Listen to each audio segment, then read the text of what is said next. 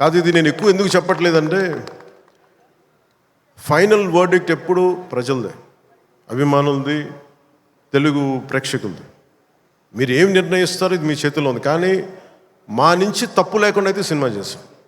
ఒక యాక్టర్గా నేను కావచ్చు, టెక్నీషియన్స్గా కావచ్చు, హరిశంకర్ స్క్రీన్ ప్లే కావచ్చు, నిర్మాతల తాలూకు ప్రొడక్షన్ వాల్యూస్ కావచ్చు, టెక్నికల్ ఎఫర్ట్స్ కావచ్చు, నాతో పాటు యాక్ట్ చేసిన నటీనటులు కావచ్చు, మేము మా జాబ్ చాలా బ్రిలియంట్గా చేసాం. బెస్ట్ ఎఫర్ట్స్ పెట్టాం ఇన్ గివెన్ సర్కమ్స్టాన్సెస్. ఇది గబ్బర్ సింగ్ అంత విజయం సాధించాలని మనస్ఫూర్తిగా నేను కోరుకుంటున్నాను. సినిమా కూడా చాలా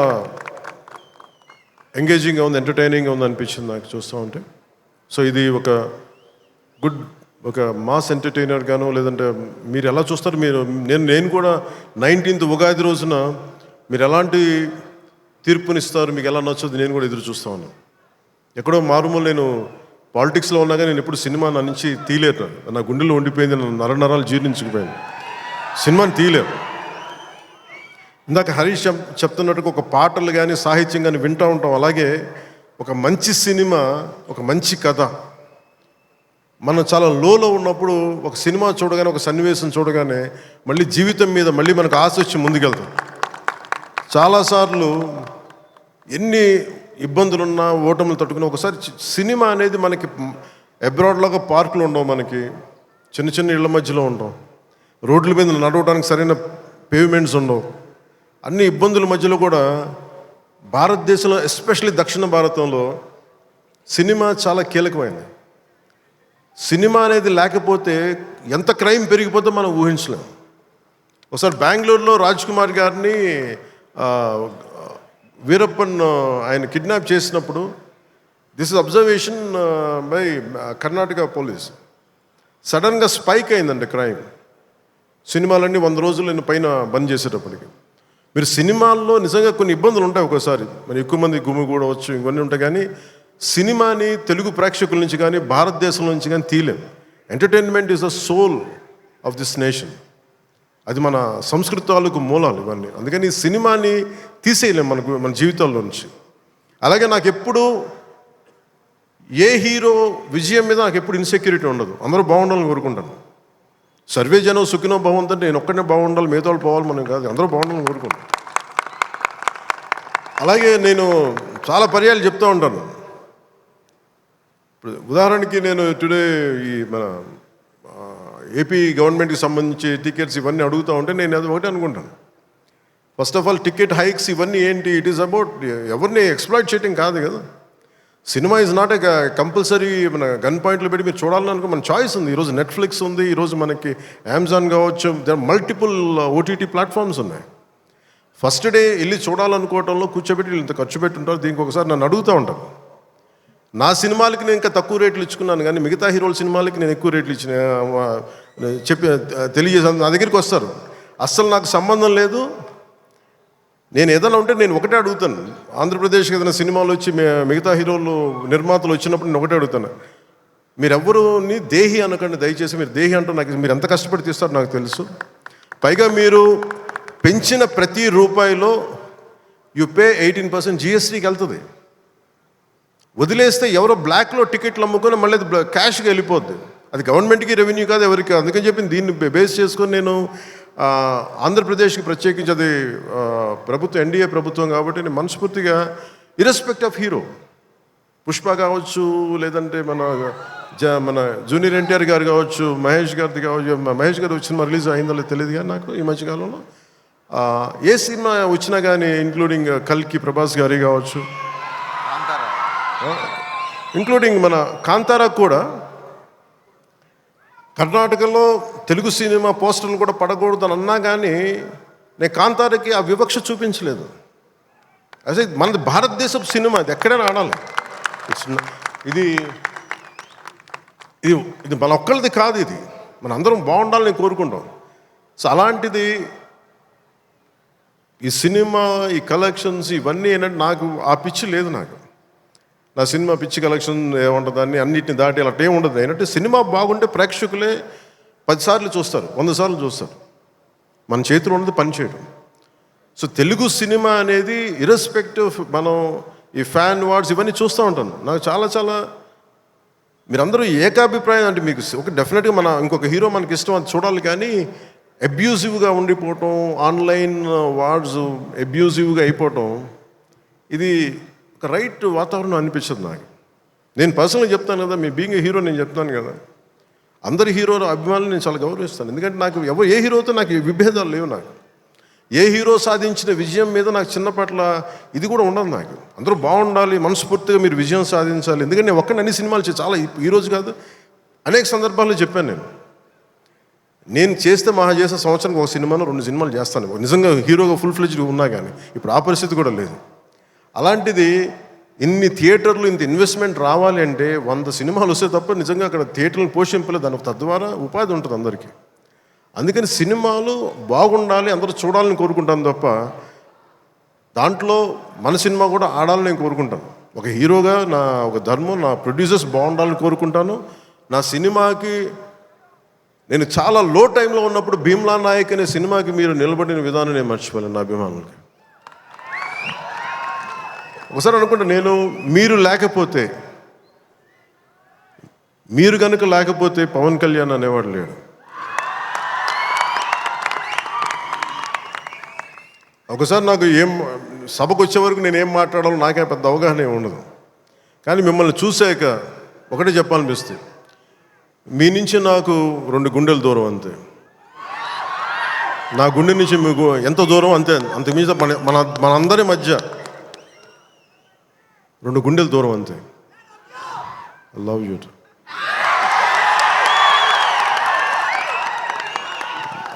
నేను సినిమా చేసినప్పుడు ఒకటే కోరుకుంటా, మీకు పవన్ కళ్యాణ్ సినిమా చూసినప్పుడు ఎలా ఉండాలి అని కోరుకుంటానంటే ఎంటర్టైన్మెంట్ ఉండాలి. ఆర్ట్ సినిమాలో ఉండకూడదు, కొంచెం ఎంటర్టైన్మెంట్ ఉండాలి, చిన్న ఉత్సాహం రావాలి, చిన్నపాటి సామాజిక అవగాహన స్పృహ ఉండాలి, దేశం మీద చిన్నపాటి భక్తి ఉండాలి, భక్తి పెంపొందించేలా ఉండాలి. ఇవన్నీ ఒక కలెక్టివ్ థాట్ అన్నీ సరైన కమర్షియల్ మీటర్లో దొరికితే ఎలా ఉంటుందో ఈ సినిమా హరీష్ శంకర్ నిర్దేశకత్వంలో, ఆయన దర్శకత్వంలో నేను ఏమైతే ఇలా ఉంటే బాగుంటుందని కోరుకుంటానో అవన్నీ చాలా పొందిగ్గా ఒక భగవంతుడికి ఒక మాల్లా కూర్చాడు. ప్రేక్షకులుగా ఆ మాల వేయడానికి సిద్ధంగా ఉన్నాను హరీష్ శంకర్.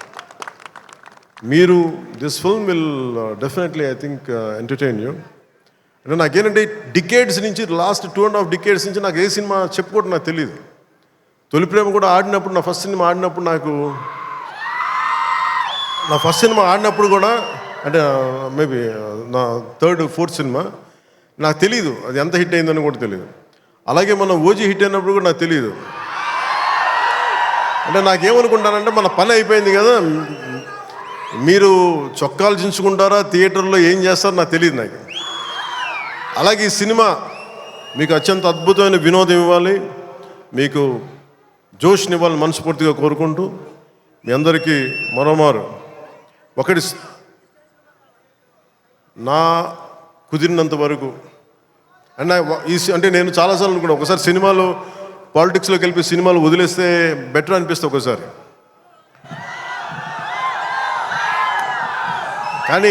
కానీ ఏమనిపిస్తుంది అంటే దానికి రీజన్ ఏంటంటే, కనీసం నన్ను చాలామంది మాట్లాడుతూ ఉంటారు, కొంతమంది నేనంటే పడని రాజకీయాలు ఉండే వ్యక్తులు కొంతమంది. నాకేమనిపిస్తుందంటే అలాగే నాకేమనిపిస్తుందంటే, రాజకీయాల్లో ఉండే వాళ్ళందరికీ కాంట్రాక్టులు చేసుకుంటారు, వాళ్ళందరికీ వ్యాపారాలు ఉన్నాయి. నాకు సినిమా ఉంది, కాకపోతే నేను కూర్చోబెట్టి మొత్తం పనులు అన్నీ వదిలేసి, బాధ్యతలు వదిలేసి నేను సినిమాలు చేయట్లా. కనీసం ప్రతి మనిషికి 8 hours డ్యూటీ చేయాలి. అది కనీసం బేసిక్ రూల్, అది 8 hours. అలాంటిది నేను 16 గంటలు పనిచేస్తాను, 14 గంటలు పనిచేస్తాను. ఒక 3-4 గంటలు ఇలాంటి సమయంలో కుదిరితే అన్నీ కరెక్ట్గా పెట్టుకొని, నా సమయాన్ని నిజంగా వాల్యూ దృష్టిని, దాని తాలూకు విలువను గుర్తించి సరిగ్గా ప్లాన్ చేసుకుంటే, మన ఉస్తాద్ భగత్ సింగ్ లాగా ఎలా ప్లాన్ చేయగలం హరీష్ చూపించారు అది. సో నాకు దాన్ని బట్టి సినిమాలో మనం చేయొచ్చని ఒక చిన్నపాటి ఆశ అయితే కలిగింది నాకు. అంటే ఆశ కంటే కూడా చెప్పాలంటే ఒక ధైర్యం వచ్చింది. సో నెక్స్ట్ టైం ఎవరైనా సినిమా చేయాలి నా దగ్గరికి వచ్చినప్పుడు హరీష్ శంకర్ గారికి, మైత్రి మూవీస్కి నేను పంపిస్తాను. వాళ్ళు ఎలా ప్లాన్ చేశారు, ఎలా అత్యంత తక్కువ టైంలో అంటే నేను వాళ్ళకి అర్థమయ్యేది కాదు, ఎప్పుడు నేను ఆంధ్రాలో ఉన్నాను, ఎప్పుడు ఇక్కడ ఉన్నాను అర్థమయ్యేది కాదు ఎవరికి. ఎందుకంటే నేను కరెక్ట్గా అక్కడికి వెళ్ళి 8 గంటలు పనిచేసేవాడిని, 9 గంటలు ఉండేవాడిని, ఒకసారి 12 గంటలు ఉండేవాడిని, వచ్చి నైట్ అంతా కూర్చొని 2 దాకా చేసేవాడిని ఇక్కడ. ఇవన్నీ చేయగలిగానంటే ఇది బేసికలీ నా కాలం తాలూకు విలువను అర్థం చేసుకొని దాన్ని ముందుకు తీసుకెళ్ళినందుకు మనస్ఫూర్తిగా నిర్మాతలు రవి గారికి, నవీన్ గారికి, ప్రతి ఒక్కరికి నా ధన్యవాదాలు తెలుపుకుంటాను. ఇది మీరు ఇచ్చిన ఈ జోష్ కానీ ఈ అవకాశం కానీ నేను మర్చిపోలేను. మీరు అలాగే విదేశాల్లో ఉన్న తెలుగు ప్రేక్షకులందరికీ, అభిమానులందరికీ, నా అభిమానులందరికీ మనస్ఫూర్తిగా ధన్యవాదాలు తెలుపుకుంటూ ఈ సినిమా అద్భుతమైన విజయం సాధించాలి, మీ అందరికీ ఆనందం పంచాలి మనస్ఫూర్తిగా కోరుకుంటూ, నా తోటి నటీనటులందరికీ, టెక్నీషియన్స్ అందరికీ, హరీష్ శంకర్ గారికి, నిర్మాతల ద్వయానికి, ప్రతి ఒక్కరికి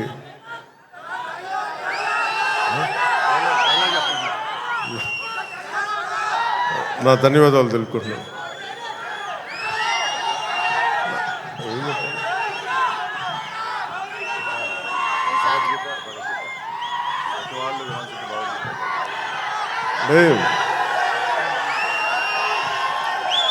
అదే నా భయం ఏంటంటే సినిమాలో చెప్పేస్తాను కానీ అది భగవద్గీత, ఇది భగవద్గీత అని. నా భయం ఏంటని చెప్తాను. నేను చాలా దైవభక్తుడిని, నాకు భయం ఇవన్నీ సినిమాల వరకు మనోడు నెట్టేసి చెప్పించేస్తాడు, కానీ ఇవన్నీ సినిమాల్లో అంటే ఇలా ఇలా చెప్పడానికి చాలా భయం వేస్తుంది.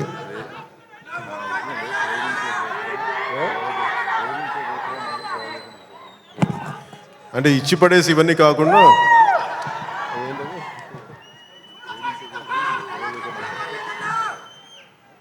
అంటే ఆ డైలాగ్ చెప్పు నువ్వు ఒకసారి, నువ్వు ఏ రాసో చెప్పు.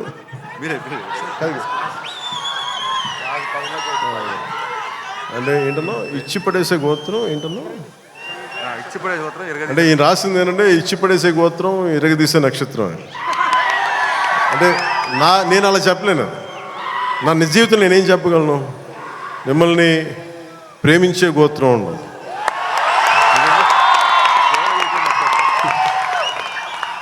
ఇది నేను ఎలా చెప్పగలంటే మిమ్మల్ని ప్రేమించే గోత్రం, సేవ చేసే నక్షత్రం.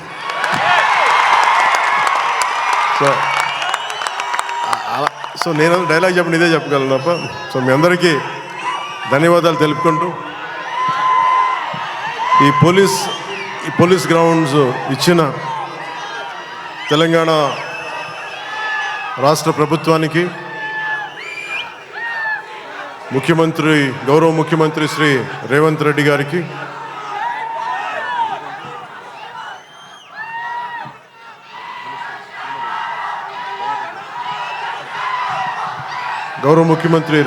గారికి, సినిమాటోగ్రఫీ మినిస్టర్ కోమటిరెడ్డి గారికి, తెలంగాణ రాష్ట్ర డీజీపీ గారికి, కమిషనర్ గారికి, సజ్జనార్ గారికి, పోలీస్ గ్రౌండ్స్ ఇచ్చిన పోలీస్ అధికార యంత్రాంగానికి, ఇక్కడ రక్షణకు వచ్చిన పోలీస్ కానిస్టేబుల్స్ అందరికీ, అధికారులందరికీ మరోమారు ధన్యవాదాలు తెలుపుకుంటూ ఈ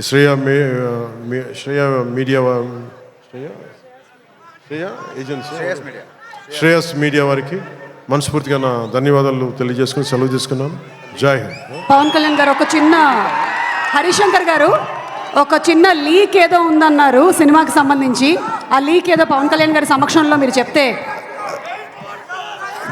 ఉగాది శుభాకాంక్షలు అందరికి ఉగాది శుభాకాంక్షలు చెప్పండి. ఉగాది రోజు రిలీజ్ అవుతుంది.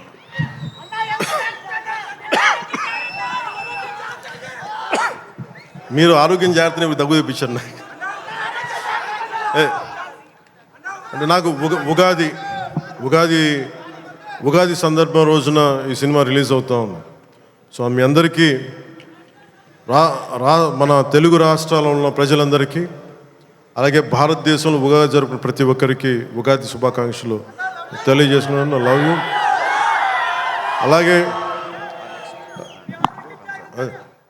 ఉగాది, రంజాన్ రెండు కలిసి వచ్చిన ఈసారి, అందుకని పక్కన వచ్చిన పక్క రోజులు. అలాగే రంజాన్ శుభాకాంక్షలు కూడా మనస్ఫూర్తిగా తెలియజేసుకున్నాను.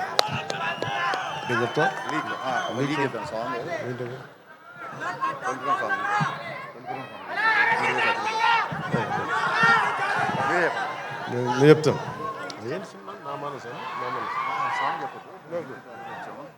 ఫస్ట్ టైం నా సినిమా నా పాట రీమేక్. అంటే మీరు లీక్ ఇవన్నీ అటువంటి సినిమాలో ఏం పెట్టారని ఇందాక శ్రీలీల గారు డ్యాన్స్ లేదు అంటే నాకు డ్యాన్స్కి మించిన సాంగ్ ఒకటి చేశారు ఆవిడ. So very beautiful song. అది మీకు తిరిగి ఒక ఇందాక సుమా గారు చెప్పినట్టుగా చాలా దశాబ్దాల క్రితం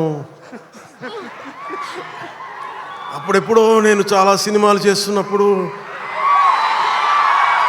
మీకు గుర్తుండే ఉంటుంది కదా, చాలా రోజుల క్రితం, కొన్ని శతాబ్దాల క్రితం ఆ మర్చిపోయిన నా భావనని తిరిగి ఈ సినిమాలో హరీష్ గారు తీసుకొచ్చారు దాన్ని. అది ఇందాక మీకు కనిపించే ఉంటుంది, ఇందాక ట్రైలర్లో కూడా దాని తాలూకు ఆ చిన్నపాటి ఆలాపన అనేది కనిపిస్తుంది. అది నేను నిజంగా చాలా ఎంజాయ్ చేస్తున్నప్పుడు. సో ఇది ఈ సినిమా మరోమారు మీ అందరికీ ఆనందం కలిగిస్తుంది తెలియజేసుకుంటూ జై హింద్.